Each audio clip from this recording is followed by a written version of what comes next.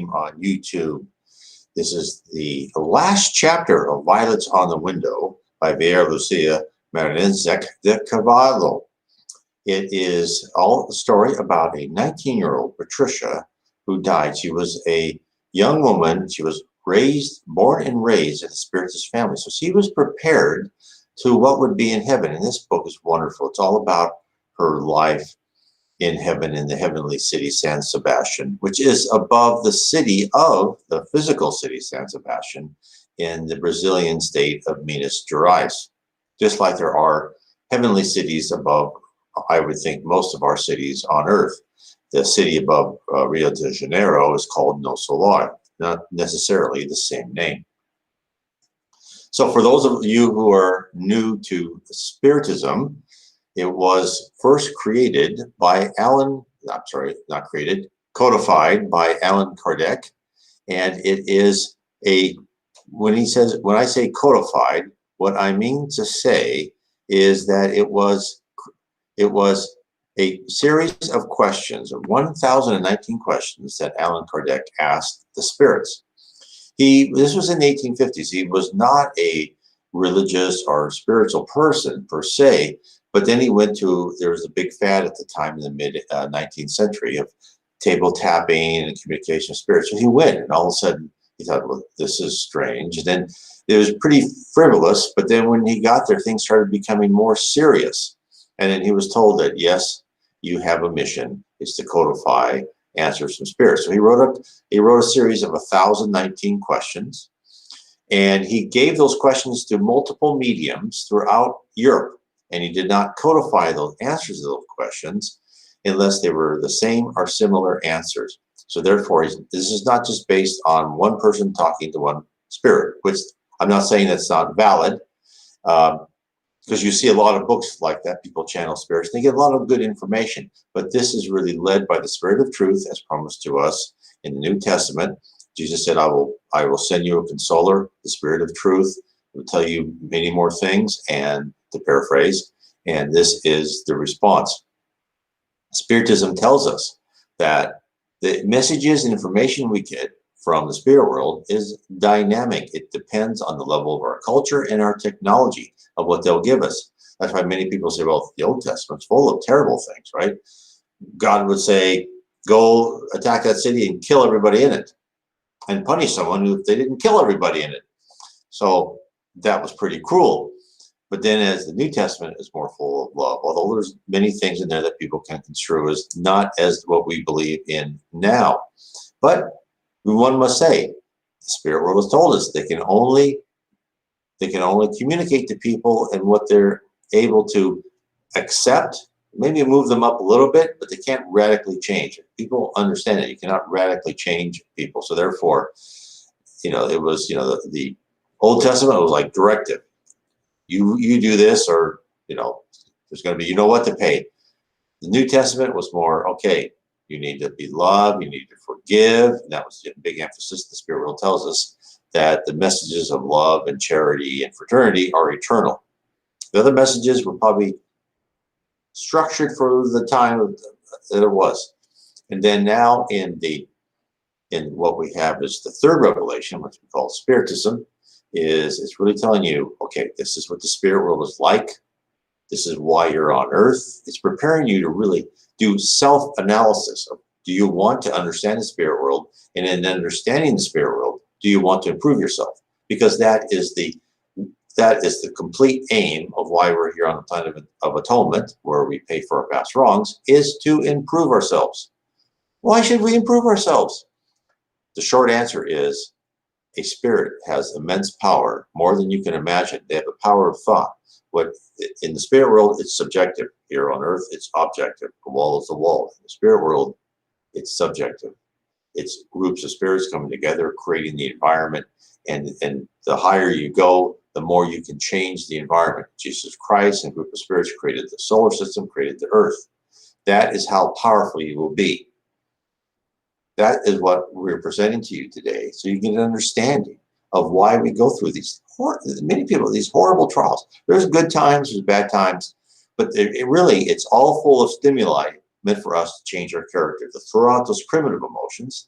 They did us good when we were on a primitive planet where we had to survive. But now it's time to replace them, because we're going to be allowed into the higher and higher levels of heaven, and we're not going to be able to enter until we get rid of those primitive emotions and replace those with love and charity, fraternity, and selfless service for all.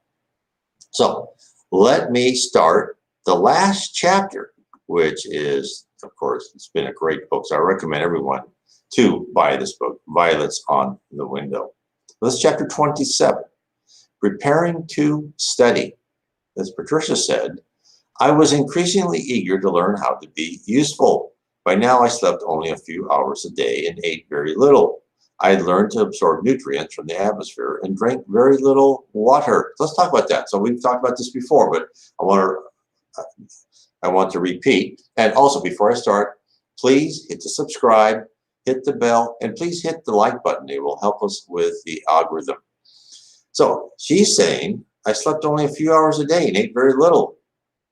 So this is the conundrum that many people have when they go over to the spirit world, is they think they are who they are. They think they're the same, and they see no difference. And therefore, in their mind, they go, well, I'm still myself. Am I really dead?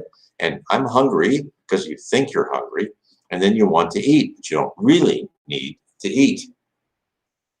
So let's look at this again just real quick. So we are made up of three parts here, meaning here, us on the physical plane, the spirit, the paraspirit, and the body. Now, Patricia is only made up of the spirit and the paraspirit. The body is a temporary encasing that we have when we enter the physical realm. And therefore, she thinks, and then when people die, they have just a paraspirit. The paraspirit is how you imagine you should look. And of course, as you go to heaven, and let's say you're my age and you're older, I will start looking younger as I think I should look. And if you die when you're younger, let's say like Patricia, 19, you might start remembering your previous lives and then go where you look like when you were around 30 at a certain life. And you can look at how you want from different lives, because you will look different each life, somewhat different. And so therefore, but you have your paraspirit. Now, the paraspirit is ethereal, right? It has some matter, but much less. We are dense with matter, right? We're mostly matter, some energy. And then when you get into the spirit world, depending on your level, as a higher level, you're more energy, less matter. And her state, she is, of course, more energy than matter than we are here on Earth. And therefore, she needs little, right? First, she's in the spirit world. She's ethereal, right? So she's lighter. There's no gravity. Why do we have to eat so much and survive? Well, because on Earth we have gravity. Just to move, just to breathe, we have to slug through this gravity that's pulling us down. We have to eat a lot just to survive. Not in the spirit world. There's no such thing as that. And therefore she absorbs nutrients from the air. She drinks, says a little bit. She doesn't need to take a shower. She thinks herself clean. She doesn't need to wash her clothes. She thinks she needs it. She thinks her clothes are clean. That's how it works. Now, some spirits appear without a paraspirit. They can appear as just a spirit, which is like a little ball of light. And you see these in NDEs and other people's visions. Sometimes they'll see a spirit. Now, sometimes a paraspirit will show and they'll say, oh, I saw this angel.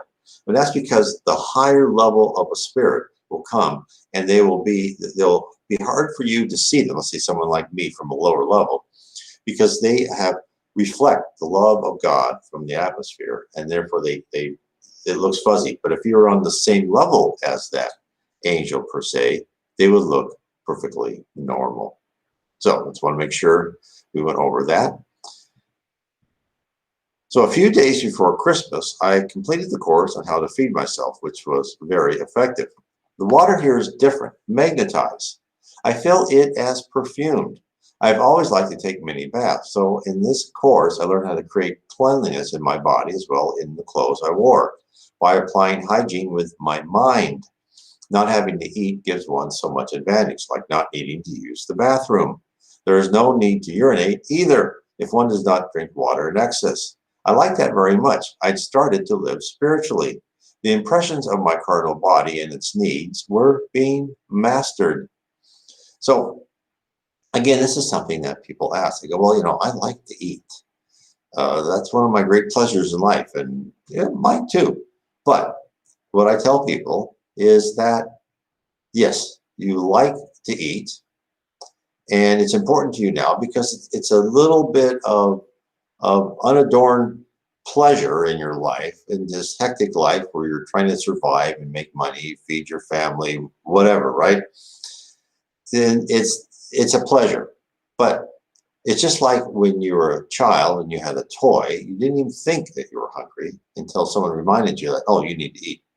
The same thing in spirit world. She is starting already to live spiritually, and she's finding so much more excitement in other things and other avenues that eating is not a pleasure that's even that important to her anymore. And that's what I tell people, is that these pleasures, they drop in their priority, and then eventually you don't even think of them.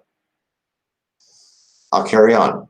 Soon I was going to continue my study, so I was very happy to hear from Federico. And then Federico said, Patricia, I'm going to be one of the instructors in the next course you're going to take. He says, will you leave your wonderful work? Will you do it for me? And she said, I love all forms of being useful. The work is temporary. After this course, I'll return to teach at the higher education colony. I wanted to participate in this course for some time. It's always a good idea to refresh and renew your knowledge. Then Patricia said, Federico, I'm so grateful. I really enjoyed working with you and working at the school as well. I'll do it again, I'm sure. Then Federico smiled and he said, Patricia, it's good to enjoy working on many tasks and to learn about many ways to be useful. When you finish your courses, you'll be able to decide on what is best for you and for a greater number of persons. Then Mauricio gave me some tips on the course. So let's stop this for a second. When he said, you'll be able to decide what is best for you and for a greater number of persons. And that encapsulated in that one sentence contains a lot. It tells us first, when you're in heaven, you have free will. You're not said, oh, you need to go do this. You're assigned this job. Everybody has to work in heaven. You're assigned this job. No. It's like, do you want to do this? You'll decide what you want to do. You have free will. If you want to be like that one lady I've talked about before, Nel Solar, who never wanted to work, and she wasn't given any special privileges, because if you want special privileges, you kind of have to contribute, but you can be there as long as you want and not work. You can be there, it's like 6 years, I think, worked like a month or so. So you don't have to do anything. And then also, as you grow spiritually, you get more and more into wanting to give service, wanting to be selfless, wanting to help other people. And then he said, you'll be able to decide what is best for you and for a greater number of persons. So these two emotions, right? You're deciding, what do I really want to do? What's going to excite me? But part of that excitement is the pleasure of helping other people. And this is why heaven, you don't encounter mindless bureaucrats who are just in love with their own small power as it is. And of course, I remember the quote by Kissinger, who was talking about the infighting in college, amongst professors in college campuses. He says, the infighting is so violent because the stakes are so low, right? So you don't have that in heaven. These people are there because they deserve to be, and they actually want to help. And that's what's wonderful about that.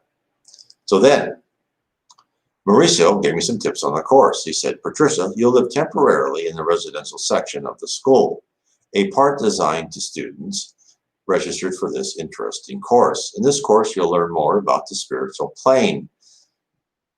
Its objective being to instruct discarnates on how to live spiritually and to familiarize themselves with everything: colonies, rescue stations, the lower zones of the umbral, assisting the spiritual work done with incarnates, etc. For those who have no knowledge whatsoever, the time spent on this course is very intense. For those with some knowledge, like yourself, it takes less time. Everything is well organized. There is a precise date to start and to finish. Yours will last 9 months. It's a small group, and you'll have 3 instructors. So This is actually a lot like what Andre Luis, which is a wonderful set of books Andre Luis wrote through the mediumship of Chico Xavier. And he was probably part of this, who went to rescue stations. He went everywhere to see how the spirit world helps us poor souls on earth, help the poor souls who just recently died and are stuck in the umbral or the dark abyss. And it's all about how the spirit world cares for each one of us. And for those of us who haven't seen the spiritual, the light, the path to ascend, they help us get there. Then Patricia asked, do all discarnates take this course?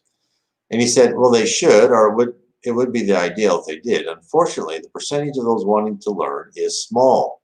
After all, in order to take this course, they need to be well adjusted, conscious of their discarnate conditions, wanting to be useful, and more importantly, they must love the spiritual plane. So again, in this paragraph, we are told there's a lot of people in heaven. Now, this is heaven. This isn't the umbral where people who don't, either have done kind of criminal things or they're tied to the earth, through materialist, longings. But even in those in heaven, those who are nice enough and good enough to get to heaven, which this shows you don't have to be a saint to get to heaven. You have to be a decent person. These people are like, well, I'm in heaven. I'm happy. I don't want to learn anymore. I don't want to do this or I don't do that. So this is what's so interesting about it. And this is why heaven wants each of us to ascend. There's one saying, come on, guys, get this, get this intellectual. It's like when you go and you apply for a company, they don't want you to say, well, what do you think of the work? And you go, well, I don't know. Do I really have to work to get paid? No, they want someone like, I want to learn. I want to work. I want to help. I want to be part of this organization. That's what they want in heaven too. They want someone who's intellectually curious and excited about helping people. And if you are that way, then Spiritism and whatever religion you want to be a better person, to learn more about the spirit world, is perfect for you. Now, the other thing I would like to say is the education. This shows you that it's like one of the first steps of learning about the spirit world. And what we've been told, and I talk about this in my book, Spirits in the Spirit Universe, which is all about the education system of the spirit world, in which people go through these type of classes. They go through these type of classes and they learn more and more aspects of the spirit world. And as they learn, and as they not only increase their intellectual knowledge, but then their emotional quotient, their spiritual quotient, let's say, where they love everyone. And, oh, someone just said Happy New Year, thank you. Where you say love everyone, and they internalize that, and they just live that.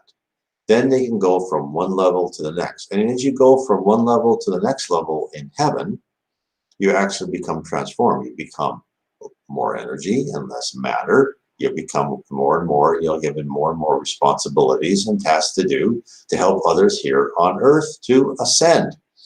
And in fact, these schools, like where Patricia is on San Sebastian, these courses, if she keeps going to these courses, then she will go to other cities and go to more and more higher and higher colleges. And then when you finish the main college on like each level of heaven, then when you're emotionally and intellectually ready, they will make sure you ascend to the next level, and you'll learn more and more until you really start learning more about the spirit world.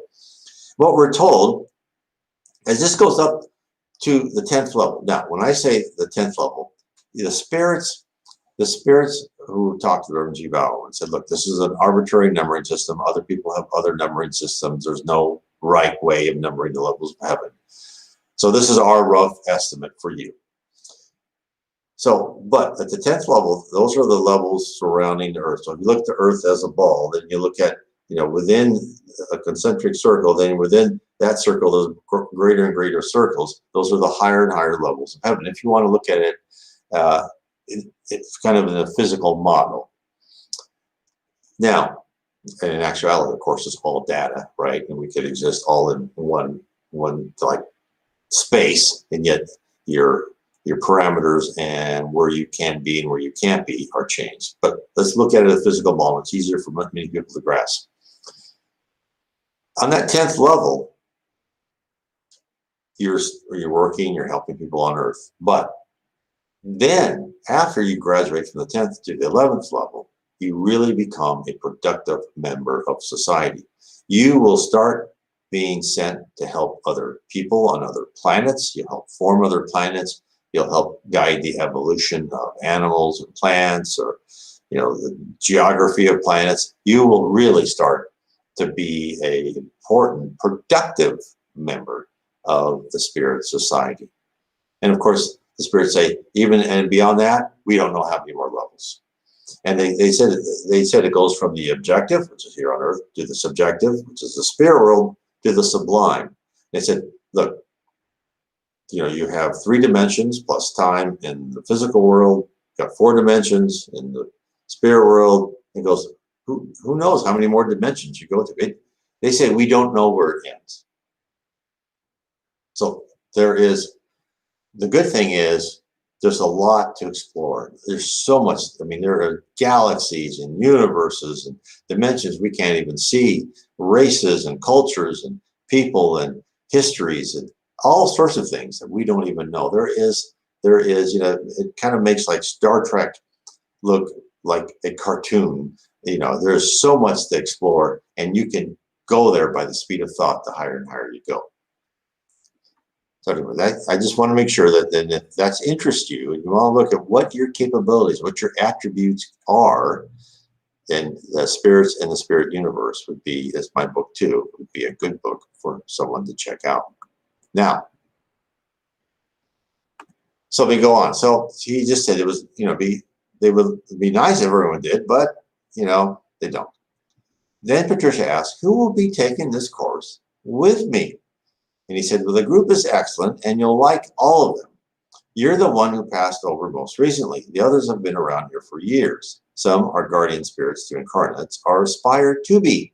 They learned in order to guide them better. Others have worked at the colony for a while. Now they have shown an interest in learning about the entire spiritual world. Then Patricia said, Mauricio, is this the only way to get to know the spiritual world? He says, no, this course is the easiest and the best organized method. Many workers get to know it by serving and doing rescue work. Anyway, Patricia, you won't just watch. You'll learn by participating and helping. Now, of course, that's always, that's always the best way to learn. And then Patricia said, I found out that my room would be occupied by another person. I had been there for such a short time. I knew I was going to leave it someday. So I was not sad. I thank my grandmother's lady friends with all my heart for the loving welcome. My violets would stay with my grandmother until I finished the course. Later, I would take them to the school colony where I would be going. My violets were beautiful and flowering. Contemplating them gave me even more reason to learn and to continue to be happy. I took them to my grandmother's room and placed them on her window sill. I would have small breaks during the course when I would come to visit my grandmother and my violets. I packed some of my belongings to take to the campus. Whatever I thought was not needed, I left with my grandmother. At the scheduled time, Mauricio came to get me. We walked side by side. And he said, Patricia, my task with you ends today. He goes, oh, Mauricio, I know you don't like thank you. Still, I tell you from the bottom of my heart, thank you. I hope I didn't give you too much trouble. And he said, it was a pleasure. We became such good friends, and we will continue being good friends forever. Then she said, we entered the school through a different gate this time. I knew the area, but at that moment, it seemed so different, more beautiful somehow. I'd come to this place to study, to be a student, and this made me feel different. I was curious to know about this famous course. I'd heard much about it while incarnate, but also during these months at the colony. What would I really study? What fantastic things would I see and learn? I felt so emotional that my heart started beating fast. And that is the end. So that is the end of the book. Of course, now, everyone would like to know, what is she going to learn? Well, that's, she's going to learn all sorts of things. And in fact, we can give you kind of a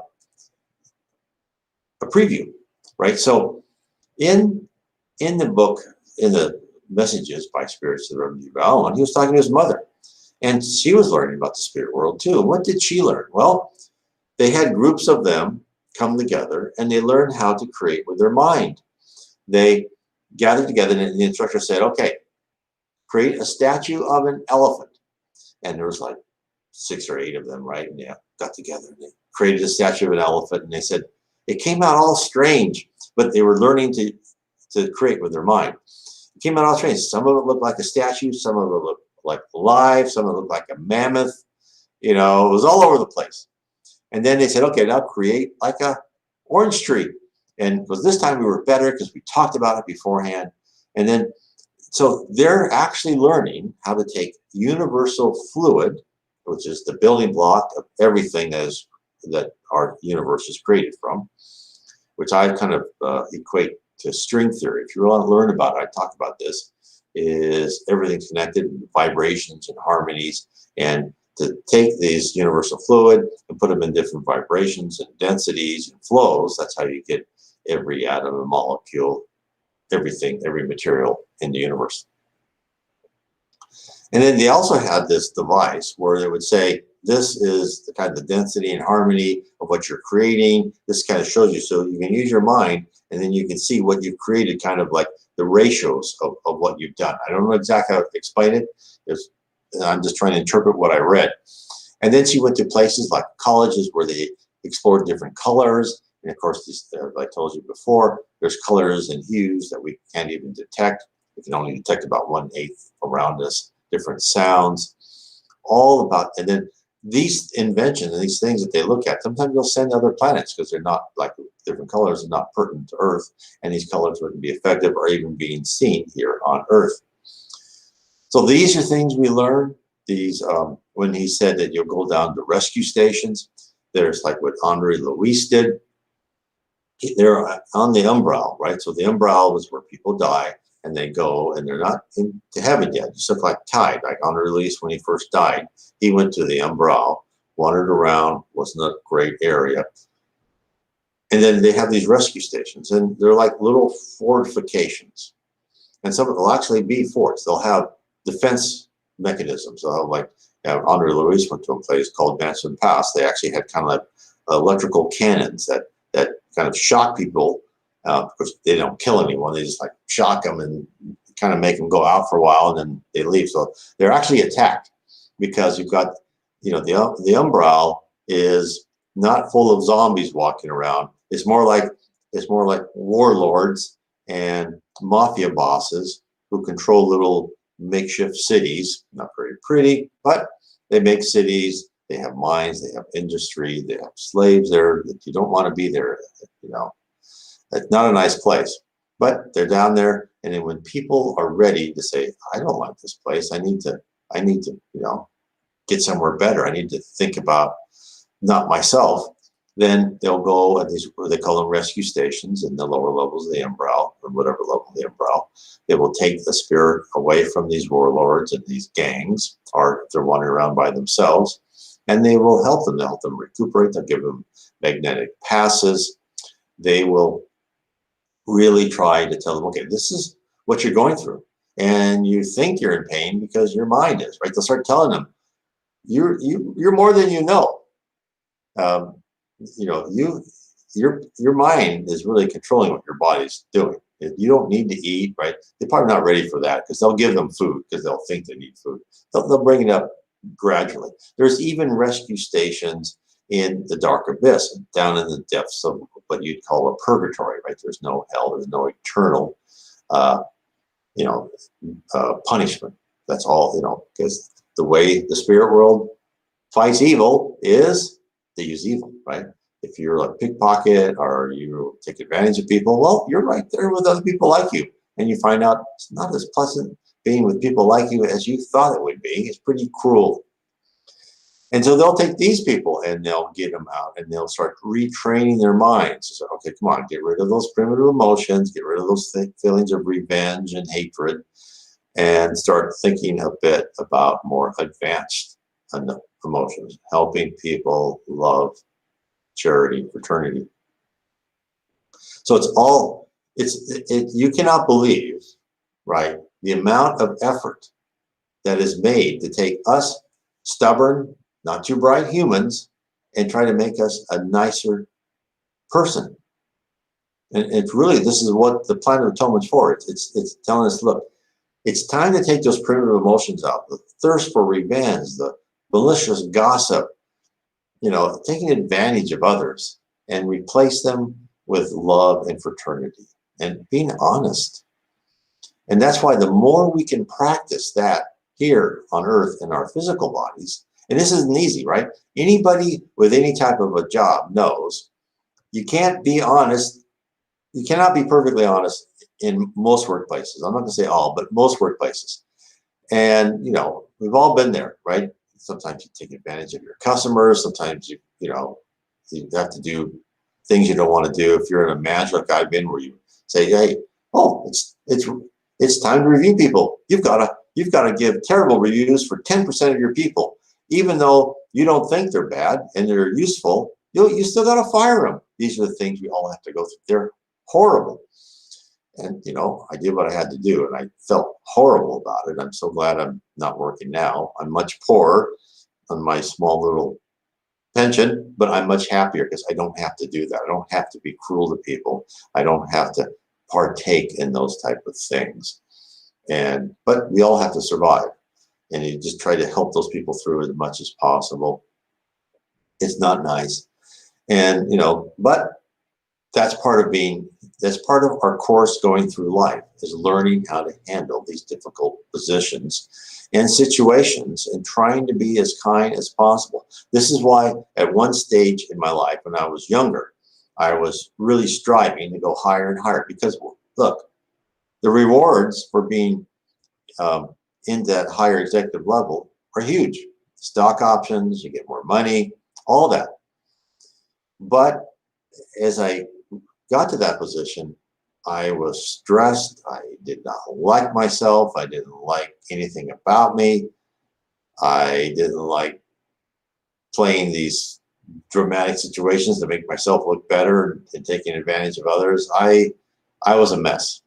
And that's when I finally decided, nah, I'm just going to be an individual contributor. I don't want anybody working for me anymore. And I'll just do the best. I'm trying to stay out of politics, which is, you can't. Right, you have to do somewhat, but as much as possible. Now, in the eyes of most of the world, I was a complete failure. And that's the culture we live in, right? Is, if you're not getting in there and rising in the organization or making as much money as you can, you're just so-so. Well, I'm here to tell you that is all important. It's not important at all, because what do you take with you when you go over? First, you only take yourself. You only take what's in here. Nothing else. Doesn't make a difference how many toys you have. Nothing. But you do take with you all your experiences, all the good things you've done, and bad things. It's all called karma, right? It's all there together. And that's why it's so important to try and do as well as you can, and to really modify yourself, modify your character, modify who you are. If you can do that, that is a victory beyond all recognition. It is amazing. The more you can tell yourself that, okay, I don't need that newest car. I don't need the newest phone. The more you can get yourself, the spirit world says it's like pruning a tree. The more you prune a tree, the stronger it grows back. And that's what happens when we say, we don't need all these things. And that's what happens is we get to this place where we actually are creating our next life much better. Because that's the process of karma, right? We have this life because of what we did in our previous life, and some hangover from the life before that because we didn't learn the lessons we need. It's more complicated, but I'm trying to make it easy. The life we're leading now, everything will be tracked. And they'll know, okay, this is what this person learned or didn't learn. This is what they need to improve. And there's some just experiences you need to be a well-rounded spirit. That is being loaded into our next life plan, right? So number 3, your future life. Your present life is really the basis for your next life. So many people write me and say, I don't want to be reincarnated. That's ridiculous. And I say, well, That's fine. You don't have to be reincarnated, because once you go to the spirit world, if you're in heaven, you can stay there as long as you want. If you're in the lower zone or the dark abyss, you have no choice. You will be sent as they think you can. You're not part of the planning in your next life. But when you go into one of the levels of heaven, you are part of the planning, and you can decide, I'll put this off. At some future date, I guarantee you will want to, because you'll want to ascend. You'll see these other people and you go, I want to help people more. I want to, be able to understand what's in these higher levels. So therefore you will go, and you will be in the next life. So the more you can learn in this life, because after all, what is life for? Why are we on Earth? We are on Earth to change ourselves for the better. Earth is a great place to stop us from using all of our spiritual senses, which are so great and so immense, and to put blinders on us and keep us in this physical body and assault us with waves of emotions. So we really concentrate mostly on changing our character and our attitude. That's what we're here for. We're not here to get rich. We're not here to invent new things. We're here to change our personality and our character, so we become a better person when we get rid of this physical body, because we are immortal. We'll go on forever. And that's what we're here on Earth for. So I want to thank everyone for being with me on this whole saga, going through every chapter of Violets on the Window. And our next Sunday, we're going to go through Evolution into World, which is a book psychographed sent to them by the Spirit Andre Luis, and it was done by Chico Xavier and Walter Vera. And this gets really into detail on spirits, and it gets almost too much detail. And but we'll try and interpret it. It gets down into the nitty-gritty of how things evolve and why certain things are the way they should be, or are, I should say. And so for those who are interested in the spirit world and everything about the spirit world, this is a very valuable book. And of course, you can get that in Kindle or Amazon. Kindle paperback. And I have the picture on my blog, picture of Allan Kardec. It will take you to a bookstore, the United States Spirits Association bookstore, and you can get books by Allan Kardec, Chico Xavier, and others. And you can read that for yourself. But I recommend, I've tried to read anything I can in spiritist literature, because it's just so exciting finding out why we're here, and this whole world amongst us that we don't even recognize. That I've been, for so many years, I wish I was like Patricia and was born into a spiritist family. I knew this when I was young. Of course, I was one of the dense ones, and I had to learn much, much later in life. But it's so exciting to know that we are part of something big. We are part of a planet, going from a planet of atonement to a planet of regeneration. We are just starting that. And these marvelous things are happening. And you'll see that in the year 2021, more marvelous things will happen. And we'll just keep plodding away. More and more souls from other planets who are going to be examples of us. More souls who've been here before. Buddha, Socrates are going to reincarnate. Exactly when, I'm not sure, but they will. That's been told to us by spiritist mediums, by spirits talking to spiritist mediums. Things will be very interesting. And if you miss them in this life, don't worry. You've got your next life. You're not going to miss anything. There's no last chance here. You're immortal. Living 80 years on Earth is nothing. So anyway, I just wanted to say Happy New Year to everybody. And I hope you have a good week ahead. We'll be back here next Sunday. I am trying to do live stream every Sunday and Tuesday. Some days I can. I have other engagements, but I try and come every Sunday and Tuesday around 5 o'clock Eastern time in the United States, whatever time it is around the world. So anyway, I want to say God bless all of you. God bless.